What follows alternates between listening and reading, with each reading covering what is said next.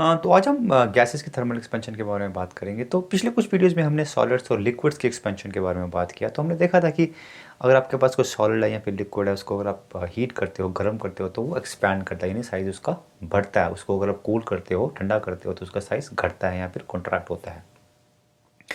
तो इससे आपको लगेगा कि शायद यार अगर मैं गैसेस को भी हीट करूँ तो शायद उनका भी एक्सपेंशन हो। तो श्योर इनफ उनका भी एक्सपेंशन होता है। अगर आप अपना चार्ल्स लॉ या फिर गे लुसाक लॉ याद करोगे तो आप देखोगे कि अगर आपके पास एक गैस है जो कांस्टेंट प्रेशर पे है, उसका अगर आप टेम्परेचर इंक्रीज करते हो तो उसका वॉल्यूम भी इंक्रीज होगा, यानी उसमें भी एक्सपेंशन होगी। राइट।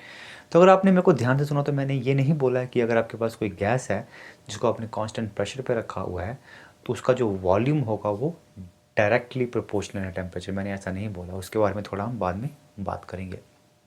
एक चीज़ और, जैकस चार्ल्स और गे लुसाक दोनों ये फ्रेंच साइंटिस्ट थे और दोनों ने जो एक ही नतीजे पे पहुंचे थे ये इस लॉ को लेके।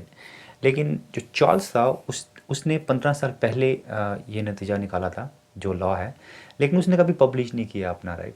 तो काफ़ी डिबेट चली कि भाई इसको चार्ल्स लॉ बोलें या फिर इसको गे लुसाक लॉ बोले, बट कुछ भी बोलो आप, बोलता सेम ही है कि भाई अगर आपके पास कोई गैस है उसको अपने कांस्टेंट प्रेशर पे रखा हुआ, उसका टेम्परेचर इंक्रीज करोगे तो वॉल्यूम भी इंक्रीज करेगा। तो जब हम सॉलिड्स और लिक्विड्स के एक्सपेंशन के बारे में बात करें तो मैंने एक कमेंट किया था कि भाई जो गैसेस का एक्सपेंशन होता है वो बहुत डिफरेंट होता है, मुख्तलिफ होता है, बहुत सरप्राइजिंग होता है, बहुत मज़ेदार होता है। राइट। तो वो मज़े वाली बात क्या है इसमें? मज़े वाली बात ये है कि कोई भी गैस ले लो आप, राइट, उसमें जो वॉल्यूम में चेंज आता है टेम्परेचर के साथ कांस्टेंट प्रेशर पे, वो सभी गैसेस के लिए एक तरह होता है। एक तरह का मतलब ये है कि जो फ्रैक्शनल चेंज होता है वॉल्यूम में गैसेस के कांस्टेंट प्रेशर पे टेम्परेचर के चेंज करने पे, वो फ्रैक्शनल चेंज सभी गैसेस के लिए सेम होता है। मतलब ये है कि अगर आपके पास दो गैसेस हैं, कोई ए और बी, दोनों को आप 1 डिग्री से उनका टेम्परेचर चेंज करते हैं कांस्टेंट प्रेशर पे, तो जितने परसेंटेज से इसका वॉल्यूम इंक्रीज होगा उतने ही परसेंटेज से इसका भी वॉल्यूम चेंज, यानी दोनों ए और बी दोनों का जो वॉल्यूम चेंज होगा, जितने परसेंटेज से वॉल्यूम चेंज होगा दोनों का सेम है। अभी देखते हैं कि वो परसेंटेज की वैल्यू कितनी है। तो 0 डिग्री पे जो फ्रैक्शनल चेंज होता है 1 डिग्री टेम्परेचर चेंज करने से कांस्टेंट प्रेशर पे, वो ये है 1/273 और 0.36%। इसका मतलब ये है कि अगर आपके पास कोई गैस है 0 डिग्री सेंटीग्रेड पे, उसको आपने 1 डिग्री से उसका टेम्परेचर चेंज किया कांस्टेंट प्रेशर पे, तो उसका जो वॉल्यूम है वो 0.36% से बढ़ेगा। सिर्फ उसी गैस का नहीं, आप कोई भी गैस ले लो 0 डिग्री सेंटीग्रेड पे, ऑक्सीजन, हाइड्रोजन, नाइट्रोजन, उसका अगर आप टेम्परेचर 1 डिग्री से चेंज कर रहे हो तो सभी का जो वॉल्यूम एक्सपेंशन होगा परसेंटेज से, जिस परसेंटेज से वॉल्यूम एक्सपैंड होगा वो 0.36% है। और ये सरप्राइजिंग बात है, ये हैरान करने वाली बात है गैसेस के बारे में कि भाई जो परसेंटेज एक्सपेंशन होता है वॉल्यूम में वो गैस पे डिपेंड नहीं करता है, सभी गैसेस का वो सेम है और 0 डिग्री पे उसकी वैल्यू इतनी है। राइट। और आप देखो तो ये pretty मच आपका बीटा है, coefficient of volume expansion gases के लिए। राइट। और जब हम सॉलिड की बात कर रहे थे तो हमने बोला था कि भाई सॉलिड में डिफरेंट सॉलिड्स का different coefficient of volume expansion होता है, यानी डिफरेंट सॉलिड डिफरेंट तरह से एक्सपैंड करते हैं, डिफरेंट लिक्विड डिफरेंट तरह से एक्सपैंड करते हैं। यहाँ पे हम क्या बोल रहे हैं कि कोई भी गैस आप उठा लो उसका बीटा सेम रहेगा, यानी कि वो सेम तरह से एक्सपैंड करते हैं। राइट। काफ़ी सरप्राइजिंग बात है ये। आपसे मैं रिक्वेस्ट करूंगा कि इस वैल्यू से, जो गैस की वैल्यू है बीटा की, इसको आप कुछ कॉमन सॉलिड्स और लिक्विड की बीटा की वैल्यूज के साथ कंपेयर करें। मेरा ऐसा मानना है कि जो लिक्विड जो हैं वो 10 गुना ज़्यादा एक्सपैंड करते हैं ऑन एन एवरेज सॉलिड से, और जो गैसेस हैं वो 300 गुना ज़्यादा एक्सपैंड करती हैं ऑन एन एवरेज सॉलिड से। और आपसे रिक्वेस्ट करूँगा कि आप देखिए कि वो सही है कि गलत है। राइट। तो इस आइडिया को हम यूज़ कर सकते हैं इक्वेशन बनाने में, ताकि आप किसी भी टेम्परेचर पे वॉल्यूम निकाल पाएँ अगर आपको उसका 0 डिग्री पे वॉल्यूम पता है तो। Volume at 1 degree centigrade is volume at 0 degree centigrade plus 1/273 और 0.36% of volume at 0 degree centigrade. Right. Similarly volume at 2 degree centigrade is volume at 0 degree centigrade plus 2/273 volume at 0 degree centigrade. और इसको आप generalize कर सकते हैं ताकि आप volume at any temperature T is equal to volume at 0 degree centigrade plus T/273 volume at 0 degree centigrade.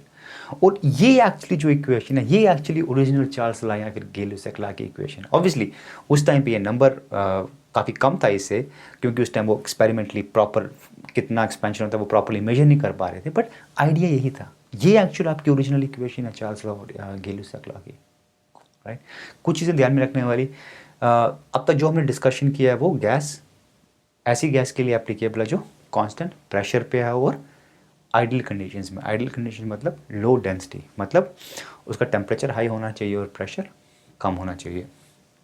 तो अब तक हम बात कर रहे थे कि pressure volume change with temperature. अगर आप अपना एमोटॉन्स लॉ याद करें तो वहाँ पे हमने देखा था कि उसका कोई गैस अगर कांस्टेंट वॉल्यूम पे है, उसका अगर आप टेम्परेचर इंक्रीज करते हो तो प्रेशर भी इंक्रीज होता है।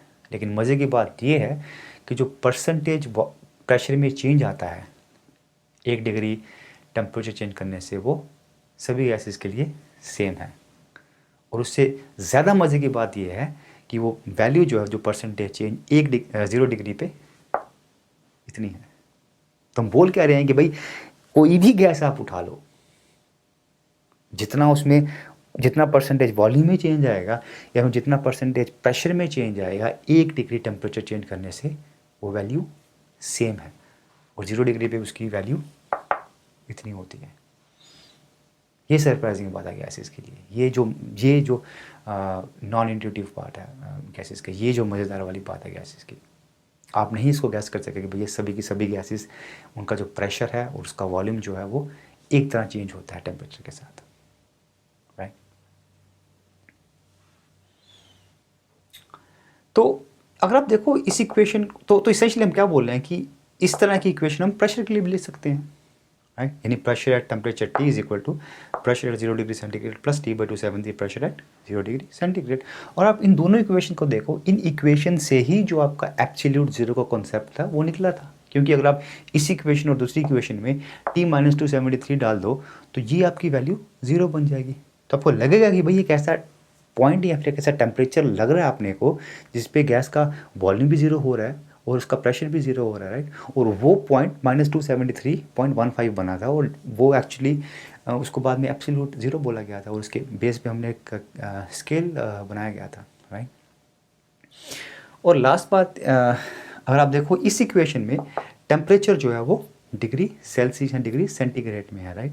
तो ये इक्वेशन सिंपल इतना बोलती है अगर आप टेम्परेचर इंक्रीज कर रहे हो तो वॉल्यूम इस इक्वेशन के हिसाब से इंक्रीज करेगा। ये इक्वेशन नहीं बोलता है कि volume is directly proportional to temperature. Directly proportional temperature मतलब ये होगा अगर आप टेम्परेचर को 2 गुना करो वॉल्यूम 2 गुना हो जाएगा, इसको आप 3 गुना करो ये 3 गुना हो जाएगा, इसको आप आधा करो ये आधा हो जाएगा, राइट। ये इक्वेशन वो नहीं बोलती है। इसमें अगर आप टेम्परेचर को डबल करो तो ये वॉल्यूम उसका डबल नहीं हो जाएगा, राइट। जब तक आप इस इक्वेशन को रीअरेंज ना करो और टेम्परेचर को कन्वर्ट करके केल्विन में ना डालो तब तक आप ये नहीं बोल पाओगे। तो इससे आपको एटलीस्ट एक बात तो समझ में आएगी कि हाँ यार, अगर हम टेम्परेचर को केल्विन स्केल में यूज़ करें तो थोड़ा ईजी रहेगा, राइट। जब हम पढ़ा करते थे थर्मोडायनामिक्स तो टीचर हमेशा बोला करते थे temperature in kelvin scale, temperature in kelvin scale. मेरे को समझ में नहीं आता था कि बवाल क्यों है इतना, कि भाई क्यों करूँ टेम्परेचर केल्विन स्केल में, मेरे को नहीं करने का, मेरे को सेल्सियस अच्छा लगता है मैं उसमें यूज़ करूँगा।